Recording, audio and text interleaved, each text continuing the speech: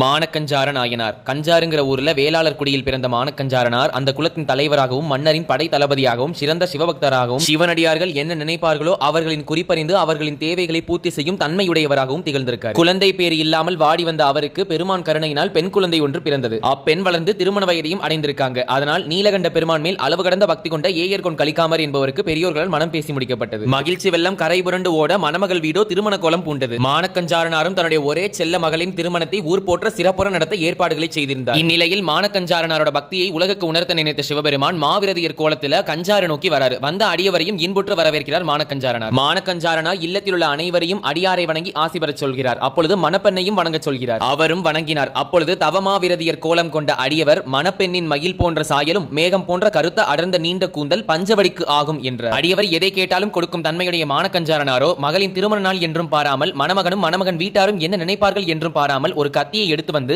மணமகளின் அலங்கரிக்கப்பட்ட கூந்தலை அடியுடன் அறுத்து அடியவர் கையில் கொடுக்கிறார். அதனை வாங்குவது போல் நின்ற அடியவரோ அம்பிகையுடன் விடைமேல் தோன்றி சிவபெருமானாக காட்சி கொடுத்தார். மேலும் மணப்பெண்ணின் கூந்தல் பெருமான் கருணையினால் மீண்டும் வளர்ந்தது. அன்பனே, நம் பாலும் நம் அடியற்பாலும் நீர் கொண்ட மெய்யன்பை அறிந்து மகிழ்ந்தோம் என்று சிவபெருமானும் பார்வதி தேவியாரும் சிவலோக பதவியை அருளியிருக்காங்க. மேலும் மானக்கஞ்சார நாயனாருக்குரிய பூசை நாளாக மார்கழி மாதம் சுவாதி நட்சத்திரம் ரொம்ப விசேஷமா சொல்றாங்க. இப்பதிவிற்கு ஒரு லைக் போட்டுட்டு மானக்கஞ்சாரனாருடைய பக்தியை பற்றி நீங்க என்ன நினைக்கிறீங்கன்னு மறக்காம கமெண்ட்ஸ்ல சொல்லிட்டு போங்க.